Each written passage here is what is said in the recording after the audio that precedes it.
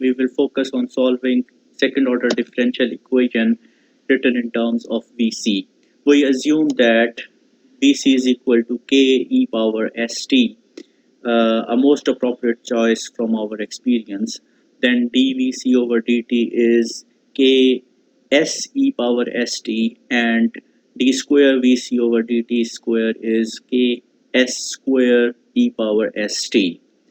Putting these values in above equation, we get k e power st lcs square plus rtcs plus 1 equal to 0.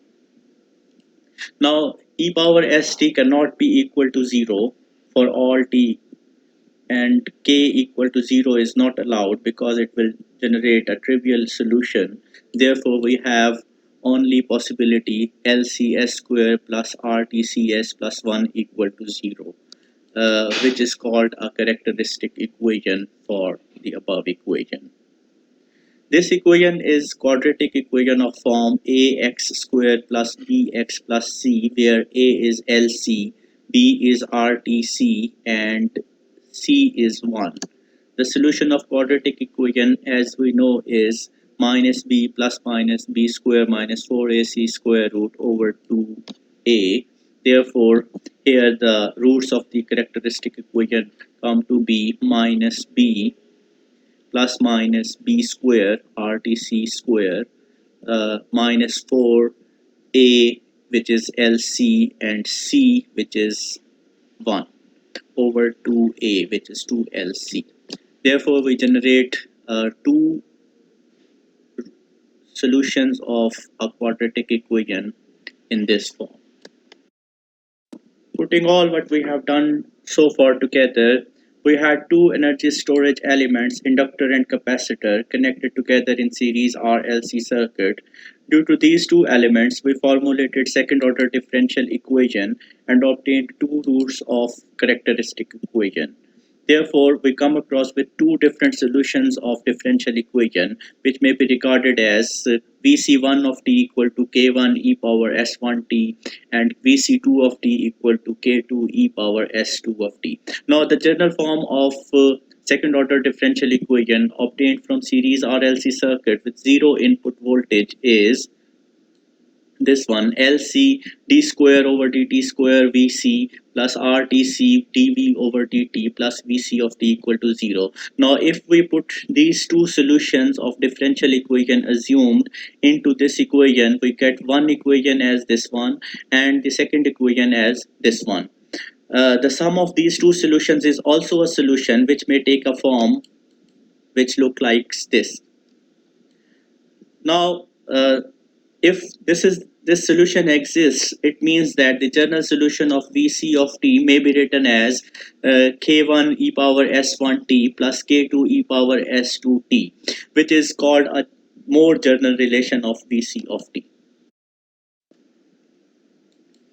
Once a general solution of the form k1 e power s1t plus k2 e power s2t is obtained, we can differentiate Vc of t with respect to time, and we get this relation as dvc over dt equal to k1 s1 e power s1t plus k2 s2 e power s2t. At t equal to 0, this equation becomes Vc of 0 equal to k1 e power s1 of 0 plus k2 e power s2 of 0, which generates Vc of 0 equal to k1 e power 0 plus k2 e power 0. As we know that e power 0 is 1, so k1 into 1 plus k2 into 1 makes it k1 plus k2. Since according to initial condition Vc of 0 is equal to V naught, as capacitor was assumed to be initially charged as equal to V naught voltage. Similarly, at t equal to 0, dvc over dt at t equal to 0 becomes k1 s1 e power s1 into 0 plus k2 s2 e power s2 0. Since e power 0 is 1, e power 0 is 1, so it will become k1 s1 plus k2 s2 equal to dvc over dt at t equal to 0. As according to initial condition, we know that dvc over dt equal to I naught over c, so which becomes equal to k1 s1 plus k2 s2.